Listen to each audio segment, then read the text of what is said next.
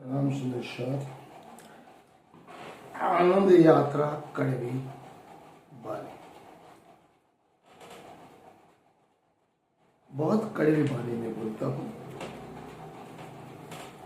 कड़वे प्रवचन देना मेरी बात नहीं, लेकिन मैं एक चीज समझता हूं कि हम कितने सच्चे हैं, मनुष्य कितना सच्चा है। कभी मनुष्य का दोहरा चरित्र है, उसका मन कुछ और बोलता है, आत्मा कुछ और बोलती है। आज एक बात करेंगे, सावधान सावधान चापलूसों से। तो व्हाट इज चापलूस? क्या है चापलूस? गुजराती में कहावत थी, खाड़ो खोदे ते पड़े। अगर आपने किसी के लिए बुरा सोचा, समझ लो आपके लिए बुरा भविष्य में होने वाला है। कर्म का सिद्धांत, जैसा कर्म करोगे वैसा फल मिलेगा। चापलूसी करना मतलब स्वयं को छलना, स्वयं से झूठ बोलना, स्वयं से गुनाह करना, स्वयं की गलत बातें छुपाना और दूसरों के सामने अच्छा होना। चापलूस दूसरों को छलता है, लेकिन वह भूल जाता है वो दूसरों को नहीं, स्वयं को छल रहा।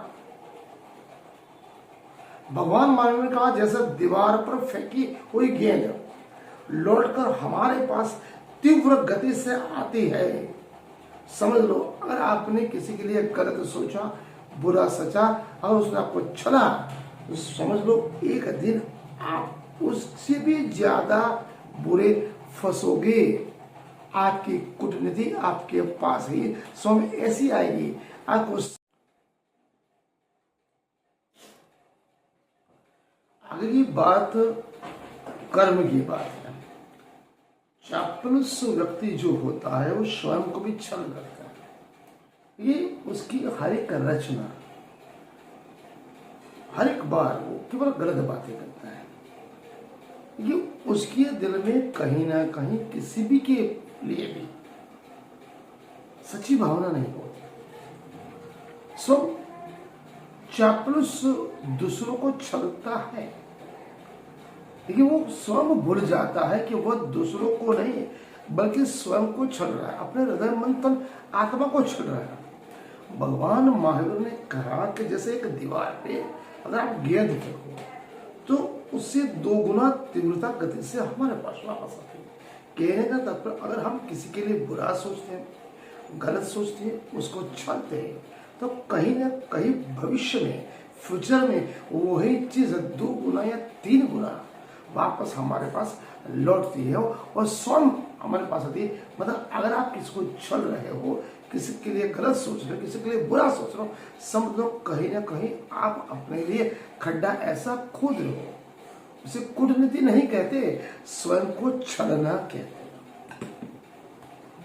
आगे दूसरी बात मैं आपको कहना चाहता हूं कि आप स्वयं को देखिए, कहीं आपके इर्द गिर्द ऐसे कोई चापलूस व्यक्ति तो नहीं जो केवल मीठी मीठी बातें करता हो, और मीठी मीठी बातों में आकर आप उसमें आपको आनंद मिले, आपको खुशामद करे, आपको अच्छा लगे, आपको अच्छा लगे जाने पर सब चढ़ाए।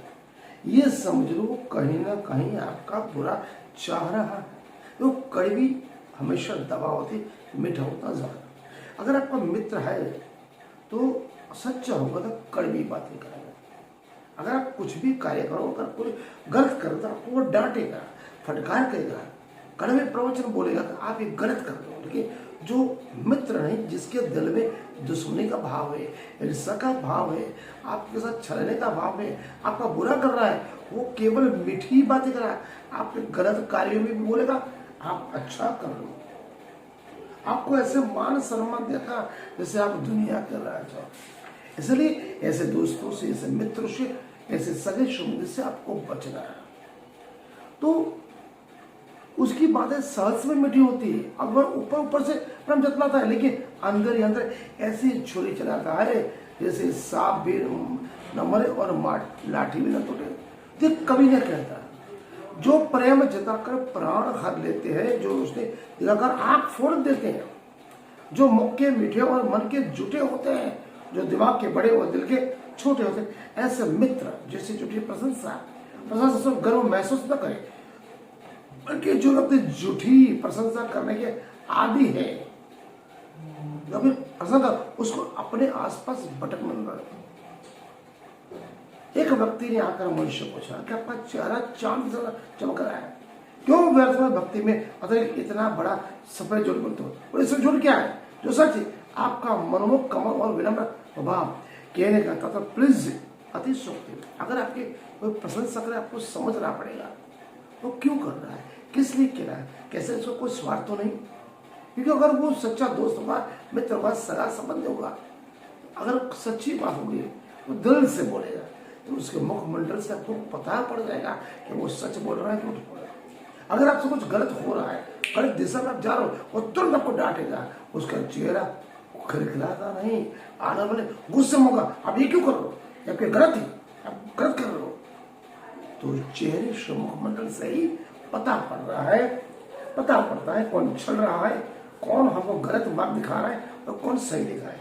इसलिए अपने आप को समझो, हृदय मन तन की भावना को समझो। सुने सब प्राणी करे मन का, बड़े ज्ञानी बोले सुने सब करे मन की, ये मन भी चंचल है, इसलिए आत्मा की आवाज को आपको समझना है। जो किसी भी इंसान ने अपने आत्मा की आवाज को पहचान लिया, वो जीवन में कभी भी गलत कदम उठाएगा नहीं, न स्वयं के लिए न दूसरों के लिए। तो चापलूसों से सावधान। एक अध्याय, प्रथम अध्याय थोड़ा सा है, छोटा है, संक्षिप्त मैंने आपको बताने का प्रयास किया। चिंतन करें, मनन करें एवं अन्य को प्रणाम।